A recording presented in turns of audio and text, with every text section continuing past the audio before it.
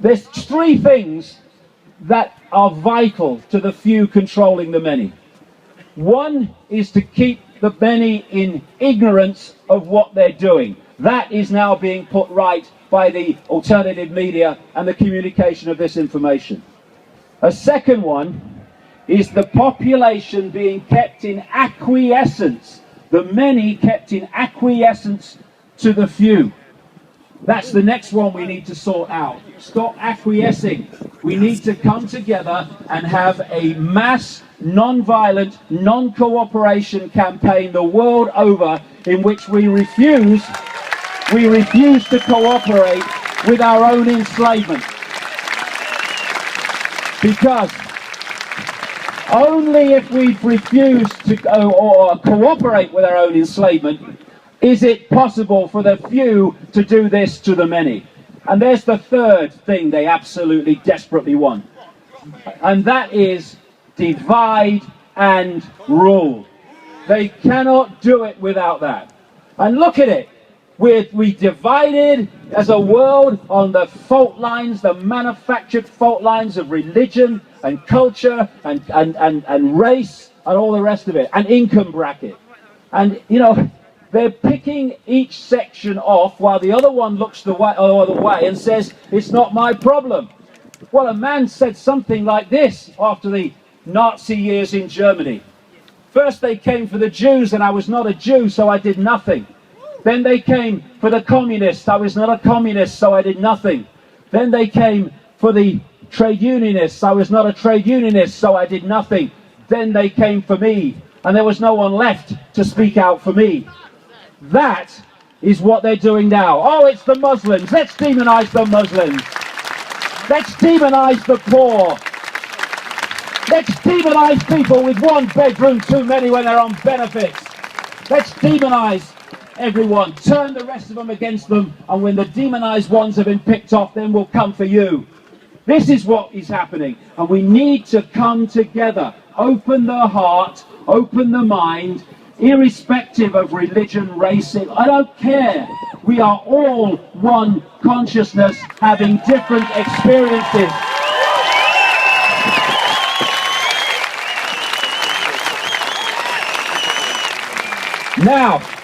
Now we have got to the key. And the key is that we are infinite awareness, all the same consciousness having different experiences, but we have to be persuaded and manipulated by what that represents, that we are just our name, our body, and our life story. We are not. They are experiences. They're not who we are. When we identify and self-identify with name, income bracket, a life story, etc., we see the world and ourselves in terms of little me. I'm just little me. I'm just Joe Bloggs, Fred Jones. Who am I? What can I do? But when you get to that point where you expand your awareness, you expand the memory of what we already know, then you realize there are no little me's. There's only a perception, here we go again, of little me. And we must keep that perception if we're going to be controlled by the few. We are infinite awareness, all that has been, ever can be, and ever anything can be. The same single awareness. We need to stop fighting each other and come to this conclusion. If we're one consciousness, then anybody else's injustice becomes our injustice. No more looking the other way.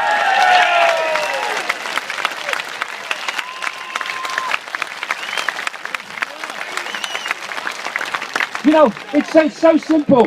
If you see a problem, you can try to find a solution to it. We're drowning in those blooming things. So why don't we do the sensible thing, which is to remove the cause of the problem? The cause of the problem is we have been having our perception programmed into little me, and we've forgotten that we are infinite awareness. All that it can be, is, and ever will be. Therefore, to remove the cause of the problem, we start to self-identify again. Who is I? What is the I? No, it's not Charlie Jones. It's infinite awareness, infinite power, infinite love, infinite capacity to dictate our own reality instead of having it dictated to us. This is the power we have. We have the power. That's a house of cards. The people it's manipulating, silly sods, are the ones that are holding it up there. We need to stop doing that, and there'll be a very loud bang, and it will be over. And this is a major, major step to that loud bang. We're reaching now. You know, I don't quote Churchill very much for many reasons. But one thing he said, I think it was in 1942 at the State of the War, he said, "This is not the end, nor even the beginning of the end, but it is perhaps the end of the beginning." I suggest that this moment marks the end of the beginning.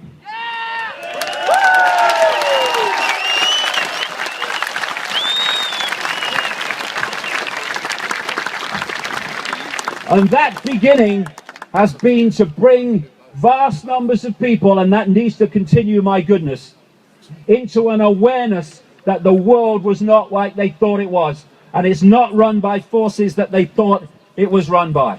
That's now reached clearly a point all over the world, and my goodness, I can tell you because I work on it all day, the bloody graph is going skywards in terms of people waking up to their true nature.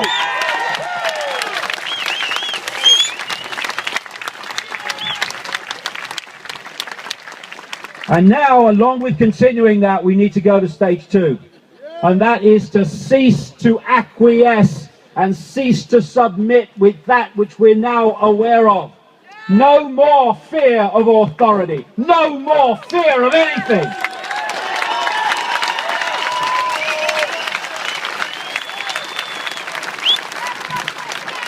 And you know, people in uniform here, people in uniform here.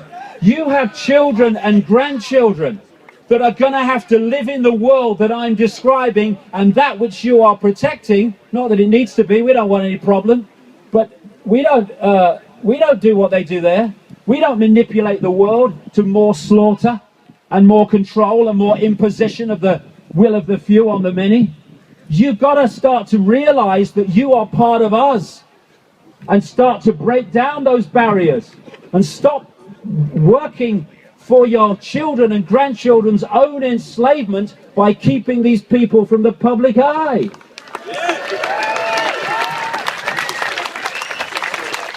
I say that to soldiers, troops, you're going abroad to lands with brown faces and you are devastating them, not for your country, but for those that are controlling your country, dictating to your country, and seeking to enslave your country for your children and grandchildren. Put your weapons down. Refuse to do it. This is the next stage where we stop playing a part in the enslavement of ourselves. But you know, there's a mantra song that I came across a long time ago, which just had 4 lines, so appropriate now. It went, we are the power in everyone. We are the dance of the moon and the sun. We are the hope that will never hide. We are the turning of the tide. And so we are. And it's so clear today that that tide is starting to move. And this is the last thing I'll say in terms of where we're at, to put it in perspective. We here outnumber the 140 by a very large margin. Let's just visualize that. People here in front of me massively outnumber the 140 who are orchestrating the direction of the world on behalf of masters that they are terrified of. Now, take this and imagine 7 billion people, and those 140 are doing that to them. What did I say? What did I say earlier? The world is mad. The world is a complete inversion of itself. And what we need is a peaceful, non-cooperative campaign. The non-comply dance, as I call it. Peaceful, because we ain't joining them. You can have revolutions, and history is littered with them, where violent revolutions remove a tyranny, and what follows is another form of tyranny. You do not create a peaceful society, a loving society, a caring society, and a just society with violence. We can do this peacefully, and we have the numbers. As the poet Shelley said, rise like lions after slumber, with unvanquishable number. Shake your chains to earth like dew. Wicked sleep have fallen on you. Ye are many, they are few.